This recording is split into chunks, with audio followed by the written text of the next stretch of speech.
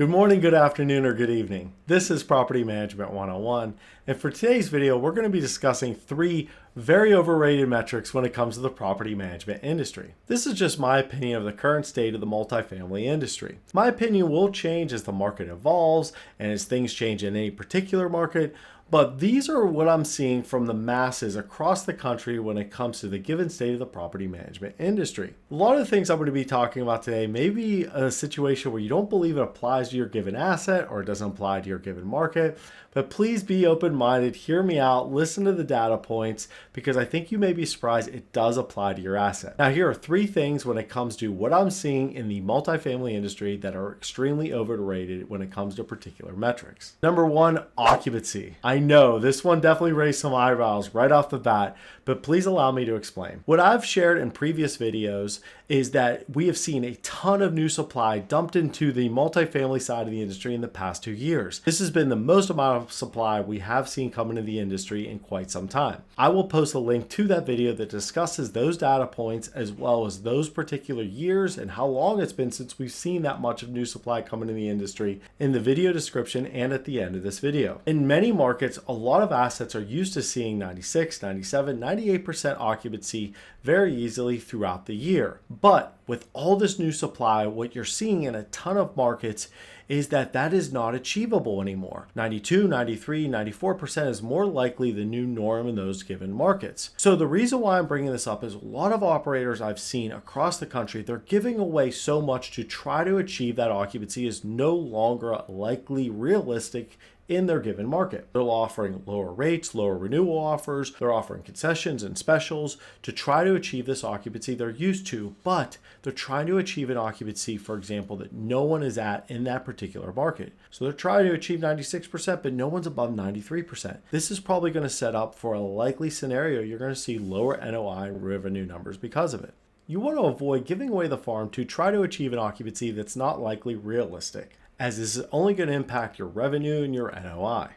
Welcome back to Property Management 101. For those of you that are new here, please allow me to introduce you to our community. This channel is dedicated to discussing best practices, offering valuable tips, and sharing tricks that are tailored specifically to the property management industry. You may have noticed there is an abundance of podcasts, channels, and websites out there providing information that's related to the property management industry. However, much of this content is focused on catering to investors and to property owners really maximizing their investments. Here's where we stand out.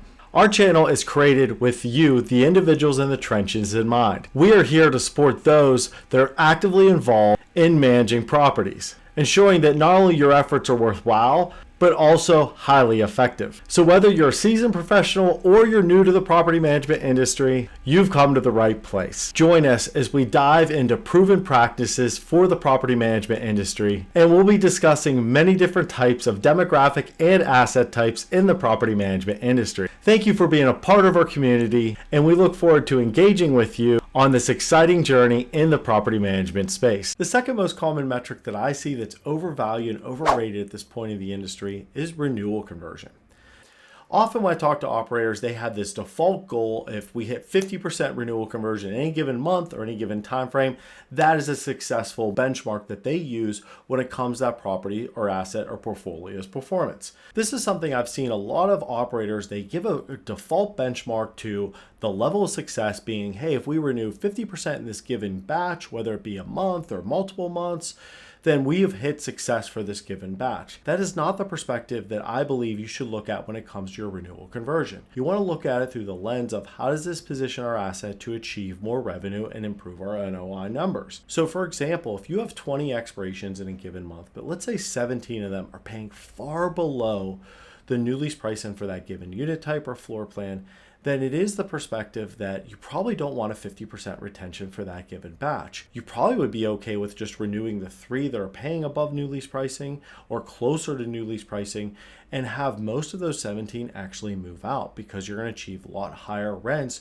with those new people moving in. Yes, you'll suffer some vacancy loss and turn costs, But if they're far below new lease pricing, then you're probably going to be able to easily make that up in a given month or two. So when it comes to this, you really want to start asking questions like, how many of our residents are paying far below the new lease pricing for their given floor plan if they were to go on the market at the time that they would be moving out? How many of our residents in this batch are paying well above? These are residents you want to keep no matter what. So another question you want to ask is, how many scheduled move-outs have you budgeted for that given month or period? This may change how you handle those renewals and your expectation of what you should secure for a renewal conversion. Another thing you want to consider in that given batch, do you have any non-renewals you'll be issuing? Maybe because their payment history or lease violations. Do you have any expirations that you know you're not going to be offering a renewal offer to? This can also change what you should expect from a renewal conversion. You always want to look at it through the lens of these renewals that are expiring in this given time frame.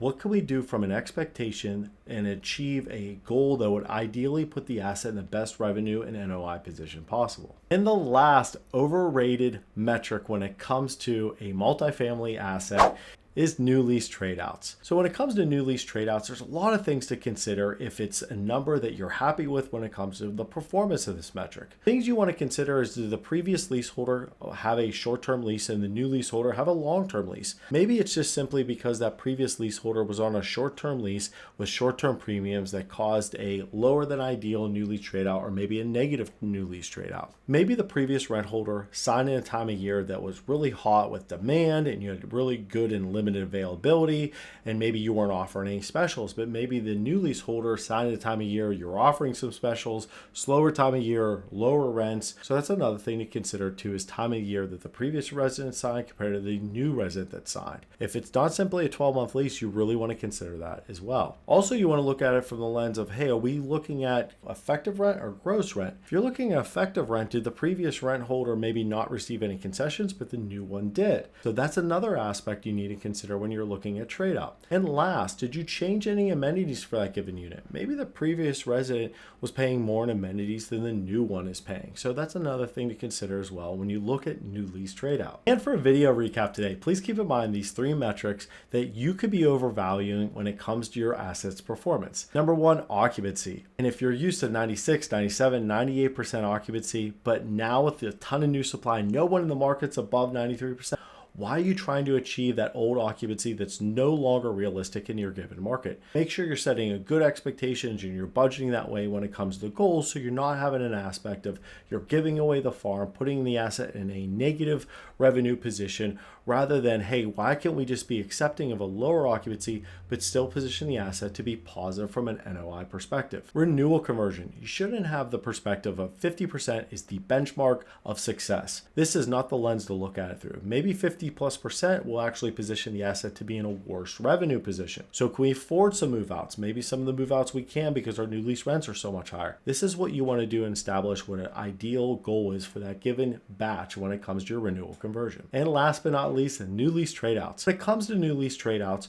you have to consider things like amenities, if there was any changes, lease terms, if it was going from a short term to a long term, also time of year that the previous resident was signing compared to the new resident, also effective and gross rent. Did the old resident not receive any concessions, but the new resident did? These are all a couple reasons why, from a new lease trade out perspective, it may be an overvalued metric because of all these different dynamics. Thank you for watching till the end of the video. I hope this video provided at least one valuable tip for you and your teams. Your feedback is very important to us. Please leave a comment if you have any suggestions as far as how can we improve this video, or if you have any questions, or if there's aspects of this video that you felt that we left out on this subject. We'd love to hear from you. If you want to show your support, please feel free to like the video, as well as comment what your favorite part of the video was. Happy leasing!